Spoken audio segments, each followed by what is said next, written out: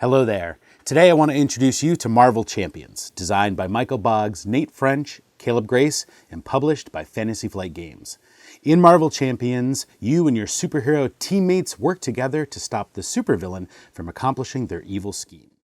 This copy of the game is sleeved. The game does not come with sleeves, but sleeves are recommended. To start, each player takes their hero identity card and sets it in front of them, alter ego side face up. Then, they take the matching customized 40 to 50 card deck, shuffles it, and places it near their hero card. The game comes with pre-built decks, so you won't have to worry about customizing decks to start. Each player then takes a hit points dial, sets it to the starting health of their hero, and places it near their deck.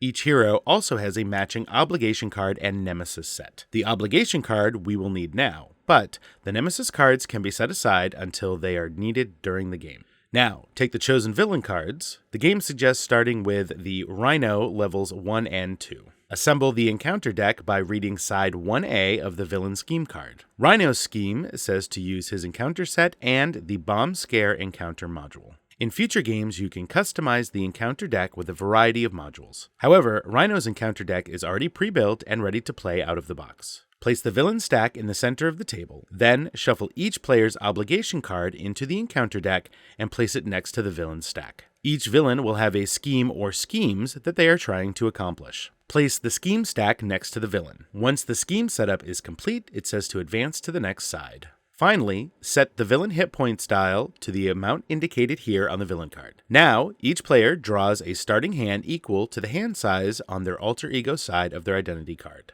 The goal of the game is for the heroes to reduce the villain's hit points to 0 on its highest level card before the villain generates threat equal to the threshold indicated on the scheme. Here, Rhino needs 7 threat per player to win.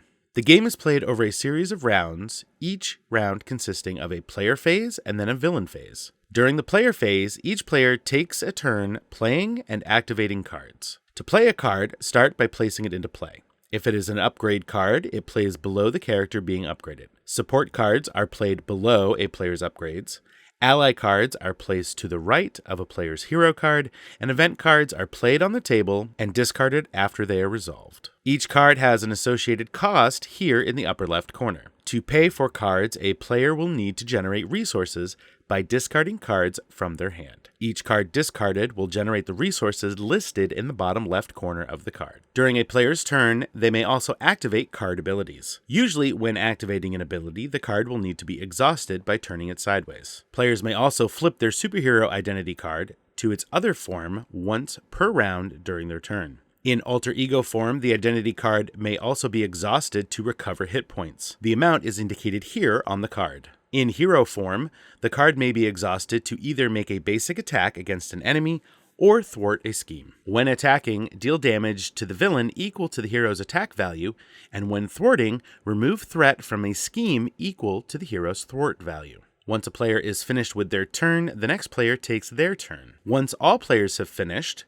all players simultaneously ready their cards by turning them upright, discard any unwanted cards from their hand, then draw back up to the hand size indicated on their hero card. Note that the hero forms and alter ego forms may have different hand sizes. Next, the villain phase begins. Start by placing threat on the main scheme according to the acceleration number. Here, the break-in scheme adds 1 threat per player. The villain then activates for each player in the turn order. If the player's identity card is in alter ego form, the villain will scheme. Discard the top card of the encounter deck.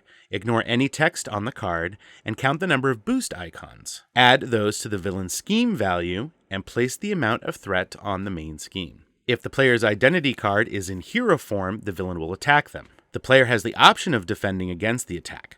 To do so, exhaust the identity card. When the villain attacks, discard the top card of the encounter deck, ignore the text, count the boost icons, and then add that number to the villain's attack value. If the hero defended, subtract the hero's defense value from the total attack value, and then reduce the hero's hit points by that number. If the hero did not defend, then just subtract the total attack value from the hero's hit points. If there are any minions engaged with the player, those minions will also scheme or attack depending on the identity card's form. After the villain activates against all players, an encounter card is dealt out to each player face down. In turn order, the encounter cards are revealed and resolved. If the revealed card is a minion, it is placed in front of the player and is now engaged with that player's hero. If any player reveals another hero's obligation card, it is given to that player and then they resolve it. After all of the encounter cards have been resolved, the villain phase ends and a new round begins. If the threat level on the final villain scheme ever reaches the indicated amount, the game is over and the players lose.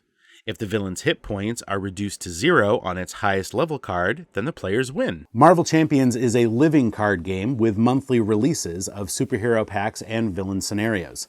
You can also customize your hero deck and the villain encounter deck so the replay value is high.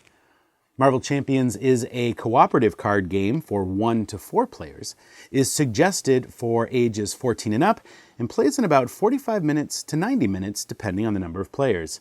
If you'd like more information, visit Fantasy Flight's website or visit your friendly local game store.